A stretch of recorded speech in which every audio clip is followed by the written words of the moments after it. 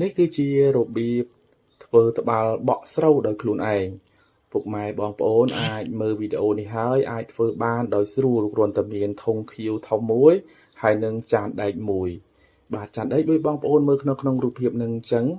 យើងចោះវាល្មមយើងមិនឲ្យធំពេកទេកាលណាធំពេកវាអាចលឿនខ្លាំងវាមិនសូវស្អាតអញ្ចឹង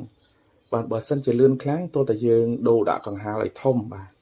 យើងចោះដោយប្រហោងដូចក្នុងរូបភាពនឹងអញ្ចឹងបងប្អូនគ្រាន់តែមើលហើយគឺអាចធ្វើកើតហើយយើងចាប់វីសពីលើទៅបាទពីឯខាងក្រោមនេះ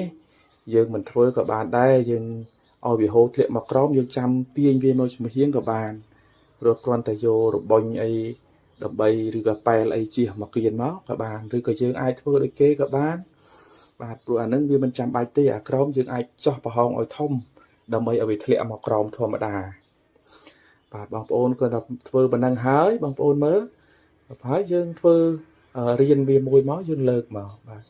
យើងលើកដាក់ពាក្យនឹងរៀនមកគឺជាការស្រេចហើយយើងចោះបាទចោះដាក់កង្ហារនេះកាន់តែធំវាបកវាបកនឹងរយនឹងគុណដៀបហើយនឹងការស្មៅនឹងគឺវាអស់ល្អបើកង្ហារនឹងវាតូចវាមិនសូវល្អទេដោយសារវាបកកម្លាំងខ្យល់វាតិចបាទកង្ហារនេះយើងអាចដាក់ប្រើជាកង្ហារអីក៏បានដែរឲ្យតែរៀងកម្លាំងបន្តិចកាន់តែខ្លាំងកាន់តែលឿនបាទបងប្អូនយាយតាក៏តែមើលប៉ុណ្ណឹងហើយយើងអាចបន្សុទ្ធពូជដោយខ្លួនឯងតែត្រឹមមកអស់កដៀបអស់អំពុកអីមុំអីគឺអស់ហើយការស្មៅអីគឺអស់យើងអាចសេវថវិកាព្រោះអីស្រូវយើងបច្ចុប្បន្ននេះ